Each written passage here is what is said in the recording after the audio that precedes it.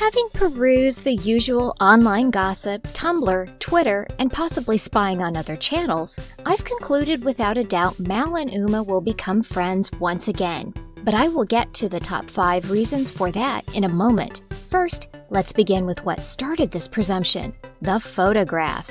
It all started with one little picture that made the rounds across the Twitterati and chats. Yes, Mal and Uma are fist bumping and looking awfully buddy-buddy. Now, fist bumping in and out of itself could be a sign they were photographed in between scenes as a backstage memento, but when you look closely, this seems to be right out of an actual scene in the movie, especially when you align it with the trailer clues. Those being, they seem to be fighting together against a common foe in the forest, and Uma states, "This is a job for pirates," whilst talking to Mal and what looks like Ben. You even see in the trailer when right after Mal pulls out her sword, Uma follows suit, and it looks to be alongside her rather than against her. Maybe that fist bump wasn't just a between takes scene after all. So let's look at this from a very objective and analytical way, keeping in mind the direction Disney always takes with the story. Welcome back, villain kids. I'm Villy, your villain princess, and if you are new to my channel, please remember to subscribe and put the notifications on so you won't miss out on the latest Descendants and Disney Channel news. Reason number 5.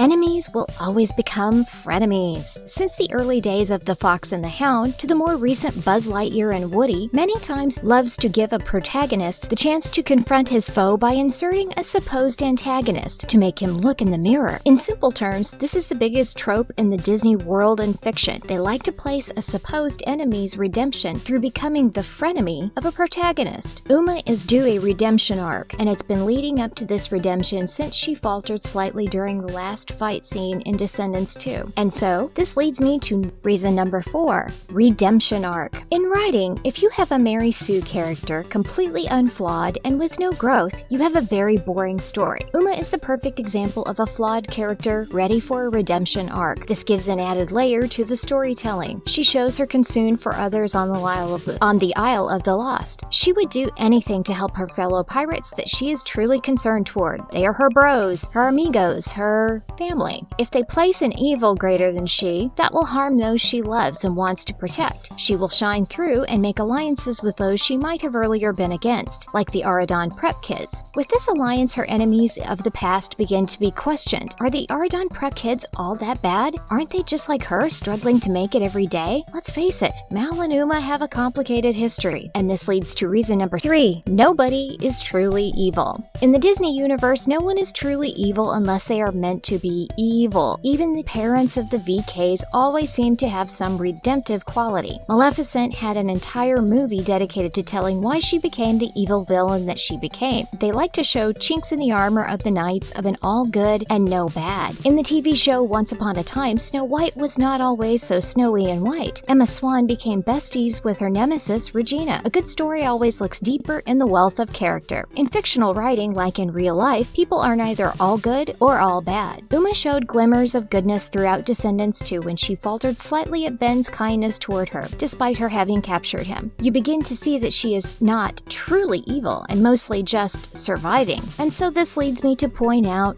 reason number 2. The trailers and a common foe. You have clues strewn throughout the multitude of trailers and from Celia's lips. One from within that cannot go without will have their revenge, and all Aradon will pay. That leads me to believe the greater evil will come from within Aradon, probably because of Audrey. If you watch the short story the Descendants channel recently dropped about her, it seems like she stole the crown and scepter, and not the red herring Uma. Uma will end up fighting the evil alongside Mal and the VKs because this uncontrolled evil will threaten not only Aradon, but also the Isle of the Lost. Audrey probably didn't even realize what she had released, a vicious evil out of control. You see Celia, the daughter of Dr. Felicier, tossing Hades' ember into the water with Mal and Uma looking on. And Uma is not looking happy, but surprised. Did someone possess Celia and make her do this? It doesn't seem to be Uma pulling the strings. The signs are all over the trailers that there will be a common foe in Descendants 3. This is the final, supposedly, story arc of Descendants, so you have to have some loose ends tied up, but you also have to have a full circle in place. The full circle meaning the besties of childhood, Mal and Uma, will become friends again. Maybe not besties, but two friends that see there is something coming that comes before their dislike of one another. That is, a common foe, which makes for a common alliance, which leads to the most important reason. Reason number 1. The most important reason. What was the purpose at the beginning of Descendants? The children on the Isle of the Lost, through no fault of their own, were placed on a horrid island with little amenities like criminals. Why did they have to pay for their parents' crimes? Ben saw the senselessness in this decision his parents made. Throughout the Descendants story, it has always led to the redemption of the children of the villains. Sophia Carson alluded to this being somewhat political in her interview for Build. So, what does this mean? Will it align with troubles we see in our own times? Children through no fault of their own being punished? Just a guess, of course, but at the end of the day, this is a fictional story that is meant to entertain, and so, who knows? For this to become a full circle, you need a main antagonist to be redeemed and shine through. You need a representative of the bad guys to become one of the good guys. Uma, the most popular bad guy, will have to side with the good and not evil for this to come full circle. She is representative of all that was wrong with the Isle of the Lost's children's hopeless sentence. Through her friendship with Mal, you will see that redemption fleshed out for the final chapter. It's basically writing 101. So this leads me to the only possible conclusion.